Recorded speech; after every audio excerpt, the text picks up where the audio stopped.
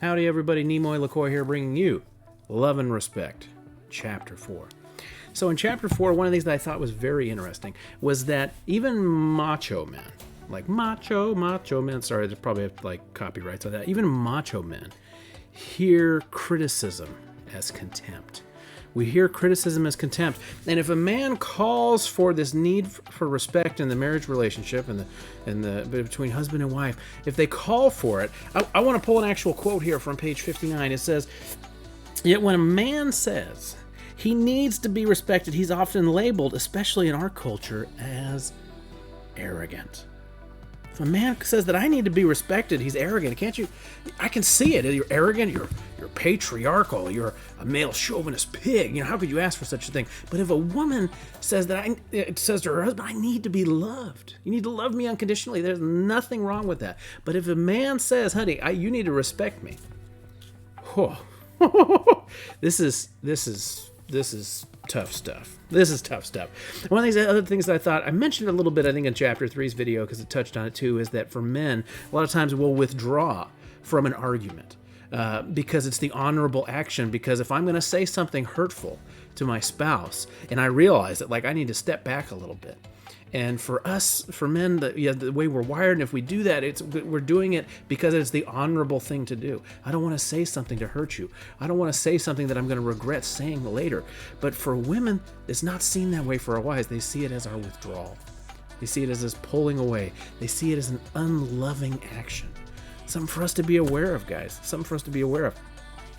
And one of the things that I thought was interesting, too, was that when you feel disrespected, or when you feel disrespected by your spouse, you feel disrespected by your wife, men, learn to take that as a cry that your wife just wants to be loved. Not that she just wants to be mean to you and wants to disrespect you and wants to be the thorn in your side, right? She doesn't want to be that. She chose you, she loves you, she married you. But it's a desperate cry for love that she wants and needs from you. And it's always easier to see, like, what's happening to me, like, oh, what my spouse is doing, how it affects me. It takes us a little longer sometimes to realize how our actions are affecting our spouse. And that's something we need to be aware of. And this is one of the things that I thought also, too, as I was reading this, I was just like, oh, man, there's a big danger here for gamers. There's a big danger that he talks about in here.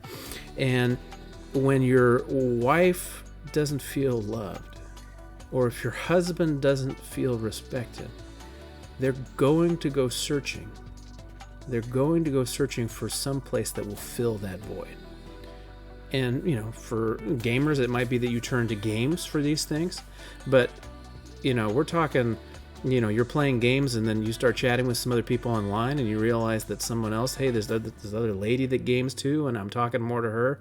And all of a sudden I find myself sitting there going, I love this woman that I've met online that I play games with more than I do my spouse. Danger, Will Robinson, danger.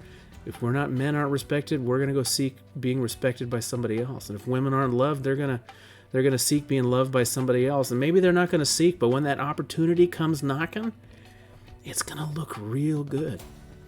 And that's where, you know, as gamers, you know, gamer dads, gamer moms, whatever boat you fit into, right? You know, we need to be aware of that and prioritize our relationships. And sometimes, as we said, we got to put the controller down. We got to put the controller down and put our priorities first, because this is a minefield. So, thanks for hanging out. I look forward to seeing what we have in Chapter 5.